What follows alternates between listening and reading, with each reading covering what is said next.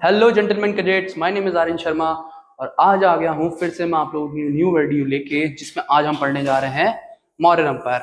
इससे पहले जिन लोगों ने मेरी वीडियो नहीं देखी, ठीक है, वो यहाँ पर लिंक आ रहा होगा या डिस्क्रिप्शन में लिंक होगा, वहां से जाके मेरी वीडियो देख सकते हैं। ठीक है, क्योंकि अगर आप वीडियो देखेंगे प्रीवियस तो आप उससे क्या कर पाएंगे, कनेक्ट कर पाएंगे। ठीक है, चलो let's begin without wasting any time.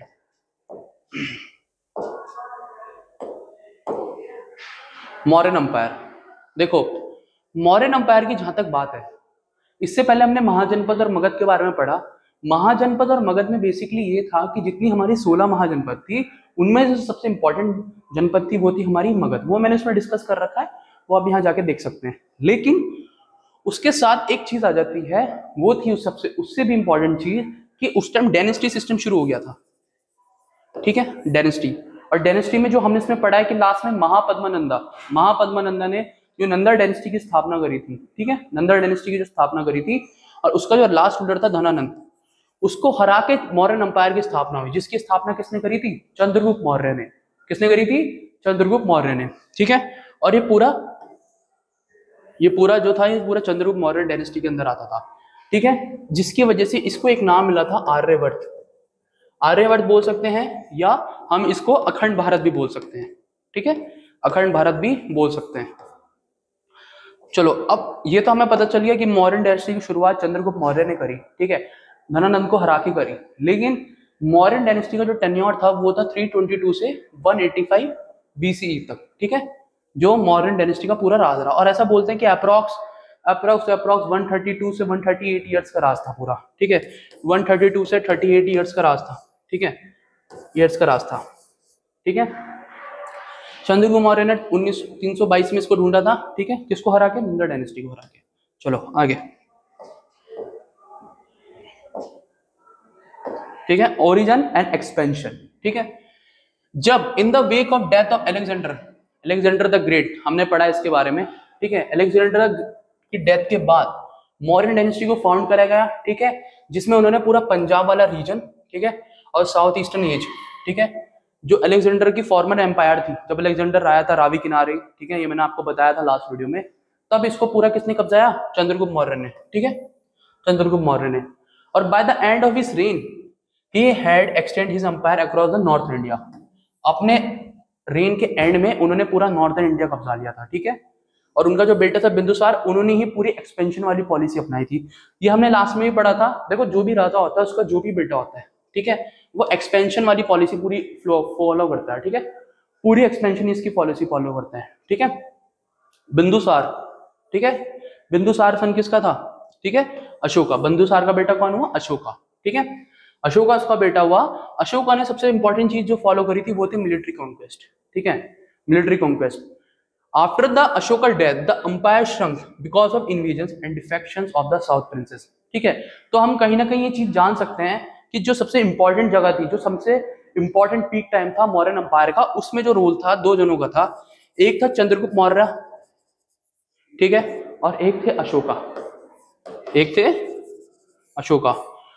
ठीक है, क्योंकि इन दोनों के टाइम पे ही मौर्यन एम्पायर सबसे ज्यादा पीक पे थी। और जो लास्ट रूलर थे मौर्यन एम्पायर के, वो कौन थे? बृहद्रथा, जिसको हराया था किसने? सुंगा डायनेस्टी के। बेसिकली इनको मारा गया था, जो एक ब्राह्मण कमांडर था जिसका नाम था पुष्पमित्र सुंगा। और यहीं से शुरुआत होती है किसकी? सुंगा डायनेस्टी की। ठीक है, किसकी शुरुआत होती है? सुंगा डायनेस्टी की।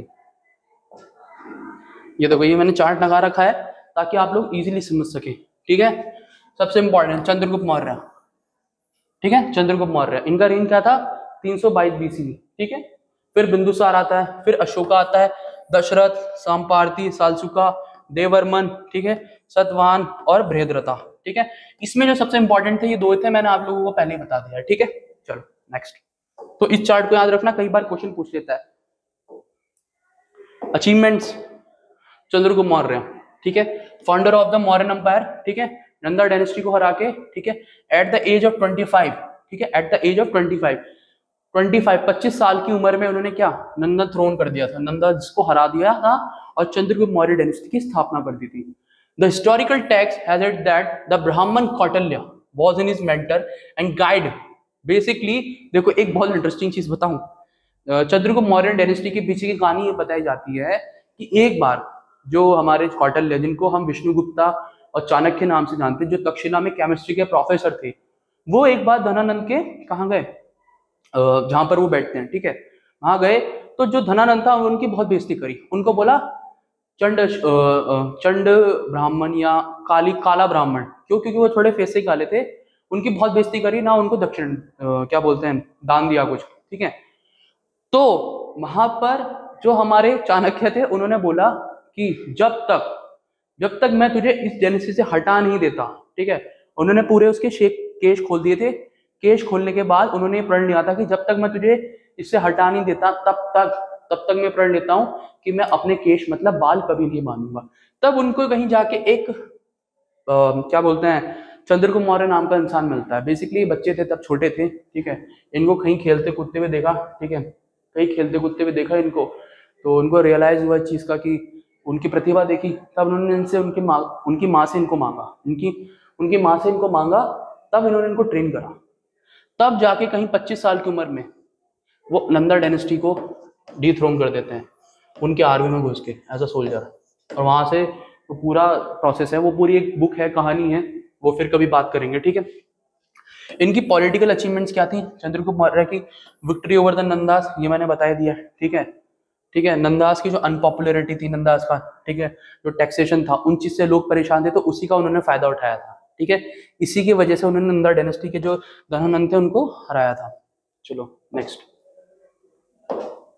यहां से क्वेश्चन आता है गाइस, ये बहुत इंपॉर्टेंट है, सीडीएस में यहां से क्वेश्चन आता है, ठीक है। विक्ट्री ओवर द ग्रीक, ठीक है, क्यों? क्योंकि ग्रीक राजा था जिसका नाम था सिलेकस निकेटर, ठीक है, उसको चंद्रगुप्त मौर्य ने हराया था, ठीक है, उसको किसने हराया था? चंद्रगुप्त मौर्य ने हराया था, ठीक है। बाद में कॉम्प्रोमाइज हो गया था, उसके बाद उन्होंने अपना एक एम्बेसडर भेजा था मौर्यन एम्पायर में, जिसको हम मैगस्थनीज के नाम से जानते हैं, जिसने इंडिका भी लिखी है। ये भी क्वेश्चन है कि इंडिका किसने लिखी है, और मैगस्थनीज का नाम इसलिए इंपॉर्टेंट है क्योंकि उसने पूरा एडमिनिस्ट्रेशन बता रखा है चंद्रगुप्त मौर्य का, किसमें? अपनी बुक में। तो वो इंसान, वो जो मनुष्य था, जो ग्रीक से था, वो बहुत इंपॉर्टेंट था, ठीक है। तो ये याद रखना, लिखा भी है, they were defeated and after the conclusion of the treaty Seleucus and the Mauryan maintain friendly relations, ठीक है। इसी के तौर पर उन्होंने एक एम्बेसडर भेजा था अपना, ठीक है। Victory over south India, south India पे क्या रोल था इनका? The victory of Chandragupta Maurya over south India is mention in the Ashoka, जो अशोका इंस्क्रिप्शंस हैं, ठीक है, उनमें इनके बारे में मेंशन है, ठीक है। According to Jain sources, Chandragupta embraced Jainism toward the end of his life and stepped down, ठीक है, and stepped down from the throne in the favor of his son, ठीक है। ये बहुत इंपॉर्टेंट चीज है, ये वेरी वेरी इंपॉर्टेंट चीज है कि याद रखना कि चंद्रगुप्त मौर्य ने कौन सा रिलीजन अपनाया था लास्ट में। तो अगर इससे क्वेश्चन आता है तो इसका आंसर है जैनिज्म। उन्होंने कौन सा अपनाया था? जैनिज्म, ठीक है। तब अशोका छोटा ही थे, ठीक है, उनके दादाजी थे, उन्होंने देखा था उनको, ठीक है, और वो लास्ट में साउथ चले गए थे, कर्नाटका, ठीक है। Chandragupta Maurya was a great warrior and empire builder, ठीक है, ये याद रखना। यहां से एक और चीज है कि he is regarded as the first ruler of integrated India. Integrated जो हमने पूरी फोटो देखी थी मैप की, इस वजह से इनको इंटीग्रेटेड इंडिया का टाइटल मिला है, ठीक है, इंटीग्रेटेड इंडिया। चलो नेक्स्ट, अशोका। अब हम पढ़ेंगे अशोका के बारे में। Basically he was the son of Bindusara, Bindusara इनके फादर थे, ठीक है, बिंदुसार इनके फादर थे। और बचपन से ही बहुत प्रॉमिसिंग थे, ठीक है, बहुत हर चीज में बहुत स्मार्ट थे, बहुत अच्छे थे, ठीक है। तो इस वजह से उनको बहुत एडमायर करा जाता था, ठीक है। बिंदुसार इम्प्रेस बाय स्किल, और इसी वजह से उनको गवर्नर बना दिया था। कहाँ का? अवंती, उज्जैन का, ठीक है। और इनकी जो सबसे बड़ी बैटल थी जो उन्होंने लड़ी थी, बैटल ऑफ कलिंग, कब? जब वो अपने राज के 9वें ईयर में थे, 8th ईयर में, 8th या 9th ईयर में थे, 8th ईयर में, ठीक है, 8th ईयर में, ठीक है, तब उन्होंने करा था। और इस वॉर से रिलेटेड एक क्वेश्चन आता है कि वॉर कौन से मेजर रॉक एडिक्ट जो उन्होंने धम बनाए थे, जो रॉक एडिक्ट खड़े करे थे, उसमें किस में मेंशन है? तो वो कौन सी है? वो है 13 मेजर रॉक एडिक्ट। ये क्वेश्चन आ रखा है गाइस, ठीक है, सीडीएस में क्वेश्चन मल्टीपल टाइम रिपीट हुआ है, ठीक है। इस वॉर का पता है क्या था? इस वॉर से इतना बड़ा इन्फ्लुएंस हुए, इतना बड़ा इन्फ्लुएंशियल इनको इम्पैक्ट पड़ा कि उन्होंने खुद इस चीज को वॉर मिलिट्री कॉन्क्वेस्ट को पूरा छोड़ा, ठीक है, और एक धम्म वाली स्थापना स्टार्ट करी कि अब हम कौन सी पॉलिसी अपनाएंगे? अब हम धम्म विजय, नॉट अ दिग्विजय। जो उनका था ना कि चक्रवर्ती, कि मैं पूरी दुनिया कब्जा लूंगा, इनका भी माइंडसेट ऐसा था। तो उन्होंने दिग्विजय से कौन सी पॉलिसी अपनाई? धम्म विजय, ठीक है। चलो अशोक के धम्म, ठीक है। यहां से तो कितनी बार क्वेश्चन आया, अशोक धम्मा। इनिशियली अशोक फॉलो द ब्राह्मण रिलीजन, ऑब्वियसली बात है, ब्राह्मण थे वो, ठीक है, ऐसा बोलते हैं, ब्राह्मण रिलीजन को फॉलो करते थे, लेकिन बाद में वो बुद्धिज्म में कन्वर्ट हो गए थे, ठीक है, कौन से, बुद्धिज्म में कन्वर्ट हो गए थे। तो यहाँ से चीज याद रखना, ठीक है। और जो उनके धम्म के पॉइंट्स थे, जो उन्होंने धम्म स्थापना करी थी, उसमें जो सबसे इंपॉर्टेंट था कि मैं इंसानों को नहीं मारूंगा, और ये सारा प्रोसेस कब हुआ था, कलिंग वॉर के बाद, कलिंग वॉर के बाद। प्रॉपर्टी रिस्पेक्ट नहीं करेंगे, ठीक है, रिस्पेक्ट करेंगे पेरेंट्स की, ठीक है, मेंटर्स की, अच्छा बिहेवियर रखेंगे, इस तरीके की पूरा एटीट्यूड था उनका, ठीक है। चलो आगे।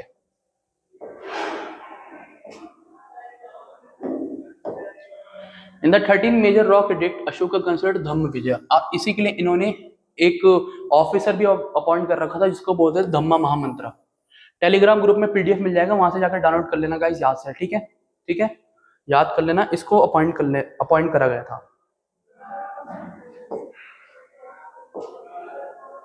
ये देखो, ये बहुत इंपॉर्टेंट है, ये कई बार क्वेश्चन आया है, बहुत बार, मल्टीपल टाइम, यूपीएससी का फेवरेट टॉपिक। तो टोटल जो मेजर रॉक एडिक्ट थे उनमें क्वेश्चन पूछा गया है कि कौन से रॉक एडिक्ट में क्या था। तो पहले मेजर रॉक एडिक्ट में क्या था, एनिमल स्लॉटर्स के बारे में, उनको बैन करना चाहिए, ऐसे तीसरा, चौथा, पांचवा, छठा, सातवां, ठीक है। लेकिन इसमें जो सबसे इंपॉर्टेंट है वो 13th है, क्योंकि उसमें कलिंग वॉर के बारे में मेंशन है, उसमें कलिंग वॉर के बारे में मेंशन है। देखो ये लिखा है, क्वेश्चन ये पूछा गया है कि वो कौन सा मेजर रॉक एडिक्ट है जिसमें कलिंग वॉर के बारे में मेंशन है, तो वो है आपका 13, कौन सा, 13। चलो नेक्स्ट।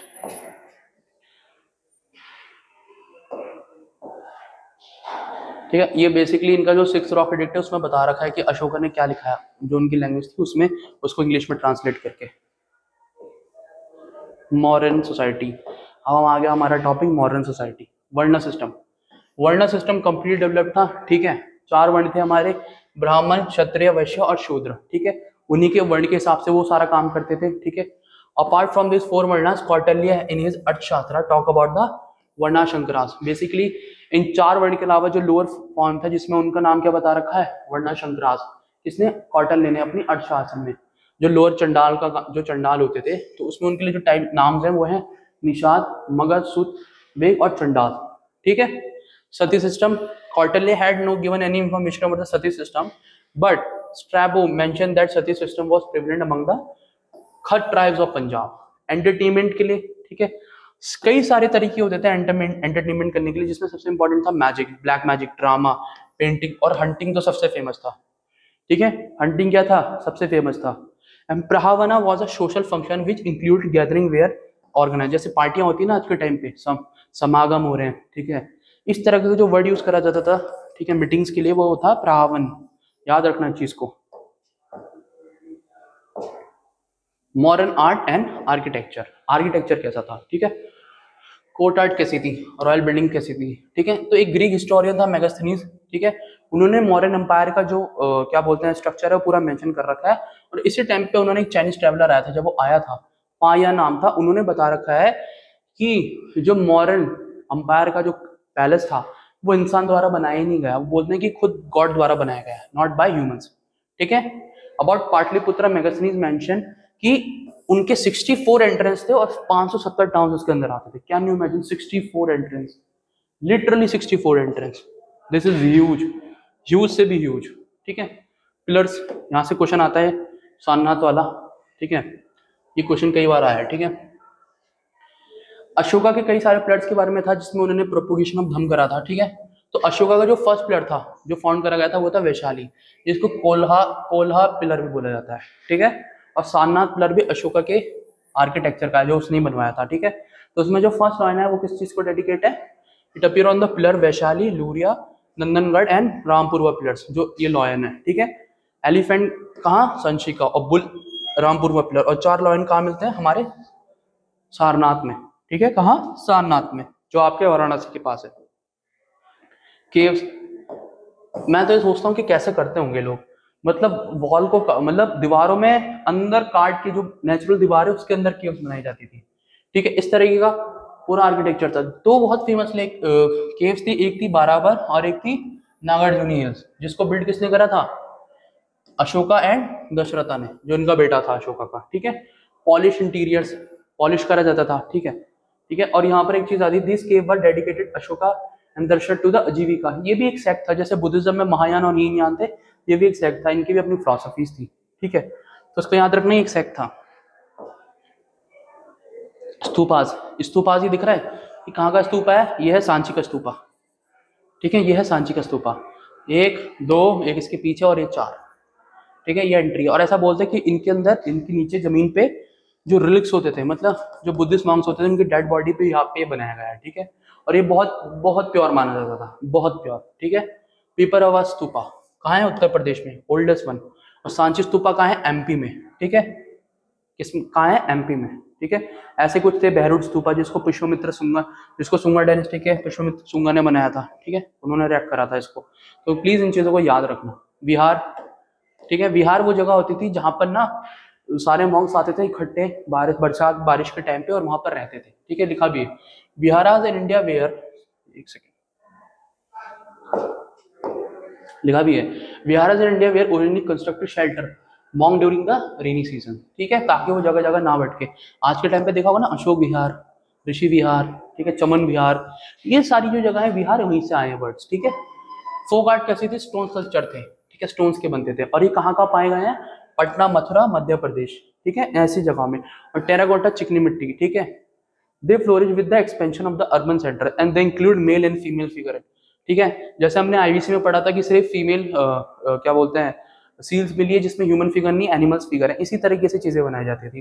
और जो पोल्ट्री होती थी वो एनपीडब्ल्यू होती थी, एनपीवीडब्ल्यू, ठीक है, बेसिकली मतलब नॉर्थ ब्लैक पॉलिश, जो ब्लैक सॉइल होती है, जो ब्लैक, उसको ब्लैक करा जाता था पूरे पोल्ट्री की, उसके हिसाब से बनाई थी। देखो ये उसके एग्जांपल्स हैं, ठीक है।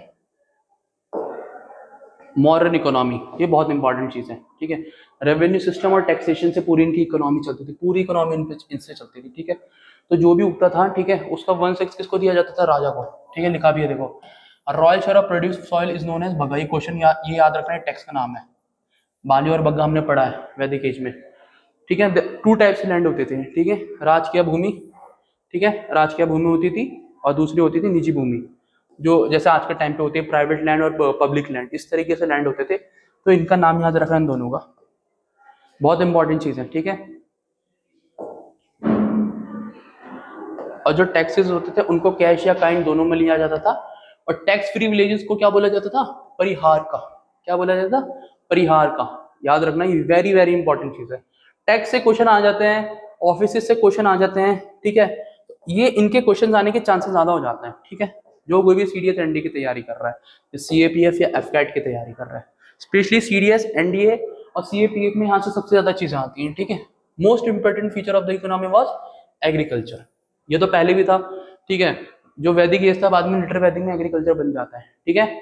मेगास्थनीज ने खुद मेंशन कर रखा है कि 2 तरह की क्रॉप्स होती थी, ठीक है, और इकोनॉमी पूरी किस पे बेस्ड थी, एग्रीकल्चर, एनिमल हस्बेंड्री और ट्रेड पे, ठीक है। And there were all together known as varta, इन सबको साथ में क्या बोला जाता था, वर्ता। It was during the modern period that the transition to agriculture was completed and India agriculture became the basic economic activity। देखो कितनी इंपॉर्टेंट चीज देखिए, ऐसा बोला गया है कि मॉडर्न काल के टाइम पे एग्रीकल्चर पूरा इकोनॉमी का सोर्स बन गया था, जिससे पूरा इंडिया किस पे डिपेंड हो गया था, इकोनॉमी में, इकोनॉमी किस पे डिपेंड हो गई थी, एग्रीकल्चर पे, जो आज भी हम देखते हैं, ठीक है। मेजोरिटी इकोनॉमी हमारे देश की एग्रीकल्चर से ही चलती है, ठीक है। और जो प्रिंसिपल क्रॉप्स होती थी वो होती थी आपकी राइस, बल्ले, मिलेट एंड व्हीट, ठीक है, sugarcane, fruits and vegetables. तो ये बहुत इंपॉर्टेंट चीज हो जाती है गाइस, याद रखना, ये बहुत बड़ी स्टेटमेंट है। इंडस्ट्रीज, ठीक है, इंडस्ट्रीज में क्या बताया गया है कि कौटिल्य का जो अर्थशास्त्र है, ठीक है, उसमें बता रखा है कि 2 तरह की इंडस्ट्री होती थी, एक होती है स्पिनिंग और एक होती है विंग, जो कपड़े बुनने वाला काम होता है, ठीक है। तो जो आपकी कलिंग, काशी, वत्स्य, ठीक है, जगह थी, यहाँ पर कॉटन टेक्सटाइल सेंटर थे। कॉटन तो इंडिया से निकला था, आईवीसी में पढ़ा है हमने इस चीज के बारे में, ठीक है। और ये सारे सेम कंटेस्ट कहाँ मिलते हैं, ठीक है, कौटिल्य ने मेंशन कर रखा है लीनियन फैब्रिक, ठीक है, ऑफ काशी एंड कुंद्रा, इन जगहों का यूज करा जाता था, ठीक है। सिल्क क्लोथ बनते थे, सिल्क हो गया, कॉटन हो गया, इनका ट्रेड और इस पे पूरी इंडस्ट्री डिपेंड थी, ठीक है। और कुछ शिप वूल भी होते थे, जो भेड़ होती है उसके ऊन से, तो याद रखना इन चीजों को। कम्युनिकेशन के लिए 2 रास्ते थे, एक था उत्तरापात, एक था दक्षिणापात। तो ये लिखा भी है देखो, जो पुरुषपुर से तम्रलिपत्ति था वो था उत्तरपात, ठीक है, और दक्षिणापात था सरस्वती ते प्रतिष्ठान, ठीक है, ये हम आगे पढ़ेंगे। कैपिटल थी एक डायनेस्टी की, बता देता हूँ, सतवाहनास की कैपिटल थी, जब हम आगे पढ़ेंगे पोस्ट मॉडर्न एज में। पोर्ट्स में हमारा, ठीक है, पोर्ट देखो मैंने पूरा डिटेल में पढ़ा है ताकि कोई दिक्कत ना हो। प्लीज टेलीग्राम में जाके पीडीएफ ले लेना प्लीज, ठीक है। बारबैरिकम, ठीक है, it was located in the Sindh and Bharukaccha, Bharuch वाला जो एरिया है, ठीक है। तो यहाँ पर जो थे ये पोर्ट्स थे बेसिकली, जो गुजरात वाला एरिया हो गया इधर की तरफ, ठीक है। ट्रेड और कॉमर्स में क्या क्या आ जाता है, ठीक है। After the conquest of Kalinga war, the seaport on the eastern coast of India carried on the, ठीक है, इस साइड से पूरा ट्रेड होता था। किस किस चीजों का होता था? स्पाइसेस हो गए, ठीक है, डायमंड, सैंडलवुड, आयरन, ठीक है, मुस्लिम, इन सारी चीजों का होता था। और क्या क्या इंपोर्ट करा जाता था? सिल्वर, गोल्ड, ड्राई फ्रूट्स, ठीक है। और important aspect of the modern economy was a state monopoly of mining and metallurgy.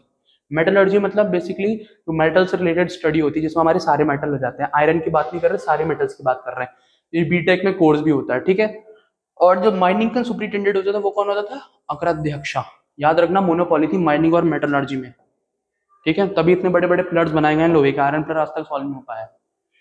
Coins में क्या बताया गया है, ठीक है। अर्थशास्त्र कॉइन्स वर कॉल्ड रूप, अर्थशास्त्र कॉइन्स वर कॉल्ड रूप, जो बताया गया है, ठीक है। कितने तरह के कॉइन्स होते थे? निशाक और स्वर्ण, गोल्ड कॉइन्स को बुलाया जाता था। करशापन और धरनपन, सिल्वर कॉइन्स को। महाशाक और ककिनी, किसको बोला जाता था? कॉपर कॉइन्स को, ठीक है। In Arthashastra it mention that there were state minting factories, बाप रे, मतलब मिंटिंग स्टेट्स, हर स्टेट में माइंड करा जाता था, ठीक है। एंड हेड क्या होता था? नाम लक्ष्य नध्याक्षा, ठीक है। और Rupadarshaka was known as examiner of the coin, जो कॉइन्स को देखता था मार्केट में उतारने से पहले, ठीक है। और इकोनॉमिक मंथ क्या होता था इनका? जुलाई। जैसे आज के टाइम पे हमारा क्या होता है? मार्च, अप्रैल होता है कि फाइनेंशियल ईयर होता है ना, ठीक है। इसी तरीके से इनका क्या होता था? जुलाई। अब तुम ये सोच के चलो कि उस टाइम पूरा सिस्टम था भाई, पूरा सिस्टम। और एक चीज बहुत इंपॉर्टेंट थी, पंचमार्क कॉइन यूज करे जाते थे, याद रखना, क्वेश्चन है ये कि पंचमार्क कॉइन्स किसके टाइम पे यूज करे जाते थे। And coins had only images and did not have any information, inscription return. सिर्फ इमेजेस होती थी, सिर्फ इमेजेस, किसकी? स्नेक्स की, पिकॉक्स की, इन सब की इमेजेस होती थी, कोई बाकी कोई एडिशनल इंफॉर्मेशन नहीं थी, ठीक है। मौर्यन एडमिनिस्ट्रेशन, ठीक है, administrative system of Mauryan empire, ठीक है। इंडिका मैगस्थनीज ने लिखी थी, उसमें पूरा एडमिनिस्ट्रेशन के बारे में बता रखा है कि लेजिस्लेटिव, एग्जीक्यूटिव और जुडिशियल पावर भी होती थी। सुप्रीम कमांडर भी होता था आर्मी का, ठीक है, जो पूरे ऑपरेशंस को प्लान करता था, ठीक है। और किंग को असिस्ट करते थे कौन? उसके काउंसिल ऑफ मिनिस्टर। जैसे आज के टाइम पे काउंसिल ऑफ मिनिस्टर्स हमारे प्राइम मिनिस्टर्स के, इसी तरीके से उस टाइम भी काउंसिल ऑफ मिनिस्टर्स होते थे, ठीक है। उस टाइम भी क्या होते थे? काउंसिल ऑफ मिनिस्टर्स होते थे। तो ये उनके नाम है, प्लीज याद रखना, ये बहुत इंपॉर्टेंट है, ये वेरी वेरी इंपॉर्टेंट है। यहाँ से क्वेश्चन आते हैं, यूपीएससी, सीएपीएफ वगैरह में सारे क्वेश्चन आते हैं, ठीक है। मंत्री परिषद बोलते हैं, ये वर्ड हम आज भी यूज करते हैं, ठीक है। वो also head of the civil servants, क्या बोला जाता है? अध्यक्ष और अमात्यास, ठीक है, जो टच में रहते थे सोसाइटी के, सारी देख रेख करते थे। और ये कुछ नाम है, ठीक है, याद रखना, जैसे सन्नी दत्ता को रॉयल ट्रेजरर, अग्राध्यक्षा को माइन सुप्रिटेंडेंट, सर्वनाध्यक्ष को गोल्ड सुप्रिटेंडेंट, प्राणाध्यक्ष को कॉमर्स सुप्रिटेंडेंट, उपाध्यक्ष को फॉरेस्ट फायर ऑफिसर, लावनाध्यक्ष को सॉल्ट डिपार्टमेंट और सीता अध्यक्ष को एग्रीकल्चर, ठीक है। ये सारे नाम थे, इनको याद रखना। सन्नी दत्ता तो पता नहीं मैं कितनी बार पूछा ये क्वेश्चन, कितनी बार, ठीक है। दो तरह के मिनिस्टर्स होते थे, ठीक है। Cautel refer to kinds of minister, the mandarins and the अमात्यास, ठीक है। जैसे स्टेट के मिनिस्टर होते हैं और एक कैबिनेट के मिनिस्टर होते हैं, तो इसी तरीके से याद रखना इन चीजों को, ठीक है। काउंसिल ऑफ मिनिस्टर्स को क्या बोला जाता था? परिषद, ठीक है। Mantris consider the inner circle of the Parishad in which correspondent to the modern cabinet and policy frame by the cabinet while the amatyas carried them out. मतलब बेसिकली जो पॉलिसी बनाई जाती थी उनको ये लोग बनाते थे, मंत्री, और उनको जो कैरी फॉरवर्ड करते थे, जो इंप्लीमेंट करते थे, वो कौन होते थे? अमात्यास। जैसे स्टेट के मिनिस्टर हो गए और सेंट्रल के मिनिस्टर हो गए, इसी तरीके से समझ लो, ठीक है। And minister were not doubt directly responsible to the king for the due discharge of their duties. Minister were no doubt directly responsible होते थे, ठीक है, डायरेक्टली रिस्पॉन्सिबल, कोई भी चीज हो रही है सारा रिस्पॉन्स उनको उठाना। जैसे आज के टाइम पे जैसे मिनिस्ट्री चलती है वैसे समझ लो पूरा Janapada, the Paura Janapada was the assembly of people, town and the country, ठीक है। जो टाउन होते थे उनमें जो पूरी असेंबली होती थी, ठीक है, उसके लिए वर्ड यूज करा गया Paura Janapada. The assembly could demand अंगुत्रा और favours from the king in times of crisis, ठीक है। और असेंबली डिमांड कर सकती थी किंग से, ठीक है, जब क्राइसिस होता था कि हमें चीज की जरूरत है, प्लीज हमारी हेल्प करो। जैसे आज के टाइम पे भी नहीं होता किसी स्टेट में कोई अगर मैं एग्जांपल दूं फ्लड आ जाए तो सेंटर उनकी हेल्प करती है इसी तरीके से, ठीक है। The assembly could undertake social work and give relief to the poor and helpless. देखो वही चीज आ गई सेम जो मैंने अभी बताया, ठीक है। यहाँ वो पूरी वही चीज आ जाती है। गवर्नर, ठीक है, गवर्नर हर प्रोविंस में गवर्नर होता था, ठीक है, हर प्रोविंस में गवर्नर होता था जो पूरी जगह की देखरेख करता था, ठीक है। डिस्ट्रिक्ट एडमिनिस्ट्रेटिव होते थे जैसे आज के टाइम पे होते हैं जैसे आहार और विषय, ठीक है। Revenue and general administration was carried the district by satyas and gopas, याद रखना, ठीक है। ये लोग पूरे उसको किसको देखते थे, पूरे एडमिनिस्ट्रेशन को देखते थे विद टैक्सेस। सतिनिगास were responsible to the samaharta who commanded the service of Pradeshtaris who were identical with the Pradeshiyas of the Ashoka inscriptions। Basically पूरे लोकल एडमिनिस्ट्रेशन के नाम है, जो लोकल एडमिनिस्ट्रेशन होता था तो उन लोगों के नाम है जो उनके लिए अपॉइंट करे जाते थे। विलेज एडमिनिस्ट्रेशन अलग होता था, ठीक है। विलेज में जो ऑफिशियल होता था इंचार्ज वो होता था ग्रामिका, ठीक है। म्युनिसिपल का अलग होता था according to Megasthenes. Pataliputra controlled by the municipal commission of 30 members, 30 जनों का ग्रुप होता था, ठीक है, जो 6 बोर्ड्स में डिवाइडेड था और हर उसमें 5 मेंबर थे। और उसको कौन पूरा एडमाइट करता था, पाटलिपुत्र के अंदर वो पूरी म्युनिसिपल कमीशन आती थी, ठीक है। जुडिशियल अलग होता था, ठीक है, जिसमें हमारा धर्मष्ट दीवानी ये सारा आता था, ठीक है। और कंता जुदा जिसको फौजदारी बोलते हैं, जो क्रिमिनल कोर्ट्स को देखता था, और ये जो होते थे दीवानी ये सिविल कोर्ट्स को देखते थे। ये इनके लिए अपॉइंट करे गए थे। मतलब मैं सोच रहा हूँ भाई कितनी सोफिस्टिकेटेड चीज है ना, मतलब हमें कितना कुछ सीखने को मिलता है यहाँ से, ठीक है। बेसिकली राजा के ये जो है स्पिनेज वर्ड जो यूज करा गया है, Kautilya had put a great emphasis on the espionage system which was intend to promote progress efficiency stability in the state, ठीक है। ये पूरी देखरेख करी जाती थी स्पिनेज के अंदर, जिसमें पूरी प्रोग्रेस चेक करी जाती थी कि स्टेट किस तरीके से काम कर रहा है। कॉटनले ने इस चीज पे बहुत एम्फेसाइज करा है, ठीक है। और जो स्पाइसेस जो स्पीस ये तुम्हारे स्पाई होते हैं, ठीक है, वो लोग होते थे ये लोग, और इनको हेड कौन करता था, महामात्य परशुरामा, याद रखना, ठीक है। क्योंकि इनके बिना इंफॉर्मेशन के तो हम चीजें कर नहीं सकते ना, आपको इंफॉर्मेशन होना जरूरी है, एडिशनल भी और अलग से भी। मिलिट्री ऑर्गेनाइजेशन, ठीक है, बहुत लार्ज, ऑब्वियसली बात है, लार्ज बहुत बड़ी क्यूब आर्मी थी, ठीक है, ठीक है, जिसमें कैमल के बारे में बता रखा है, ठीक है। और ऐसा बताया गया है कि 4 पार्ट में डिवाइड थी पूरी आर्मी, जिसमें आपका इन्फेंट्री, कैवलरी और एलिफेंट और चेराइट आते थे, घुड़सवार आते थे, ठीक है। तो इस पूरे उसमें पूरी क्या आर्मी डिवाइड थी, ठीक है। 30 मेंबर होते थे हर कम्युनिटी में, 6 बोर्ड थे और जिसमें हर 5 मेंबर होते थे। मतलब 30 मेंबर की कम्युनिटी है, उसको 6 पार्ट में डिवाइड कर रखा है, और हर बोर्ड में जो डिवाइड कर रखा है 6 पार्ट में, उसमें 5 मेंबर है। इस तरीके से पूरी मिलिट्री ऑर्गेनाइजेशन चलती थी, ठीक है। और सबसे इंपॉर्टेंट चीज कि डिक्लाइन और डिसइंटीग्रेशन का क्या रीजन था। बेसिकली ये था कि अशोका के बाद के जितने भी राजा आए वो सब क्या थे, इतने कैपेबल नहीं थे, ठीक है, ठीक है। दिखा भी Ashoka failed to support supremacy of the Brahmins, ठीक है, क्योंकि उसके बाद जो राजा उन्होंने अच्छे से चीजें ऑर्गेनाइज नहीं कर पाए, ठीक है। और explorative rules of provisional Amatya, जो स्टेट मिनिस्टर्स होते थे, उनका जो एक्सप्लोरेटिव मतलब एक्सप्लॉइट करने वाला जो बिहेवियर था, उस चीज की वजह से टैक्स देने में लोगों को प्रॉब्लम होती थी, ठीक है। तो लोगों को इन चीजों से प्रॉब्लम लगी, जिस वजह से ना डिसइंटीग्रेशन होना शुरू हो गया, ठीक है। Extreme centralisation of administration and power, centralise administration बहुत ज्यादा था। देखो ना, तुम खुद सोचो, हर चीज के लिए मिनिस्टर्स अपॉइंटेड है, मिनिस्टर अपॉइंटेड, लेकिन वो डायरेक्ट किसके लिए है, वो किंग से सपोर्टेड है, मतलब किंग को ही रिपोर्ट करनी है। तो इससे पता चलता है कि पूरे सेंट्रलाइज था, ठीक है। वीक सक्सेसर थे, सबसे इंपॉर्टेंट चीज होती है वीक सक्सेसर्स, फिर मैं मानता हूँ, ठीक है। और इसी के साथ आपका मौर्यन एम्पायर खत्म, ठीक है। मिलते हैं नेक्स्ट वीडियो में बहुत जल्द। थैंक यू सो मच, ठीक है। डिस्क्रिप्शन में PDF मिल जाएगी, टेलीग्राम ग्रुप पर लिंक है, वहां से जाके ज्वाइन कर सकते हैं। एंड सबको फिर जय हिंद।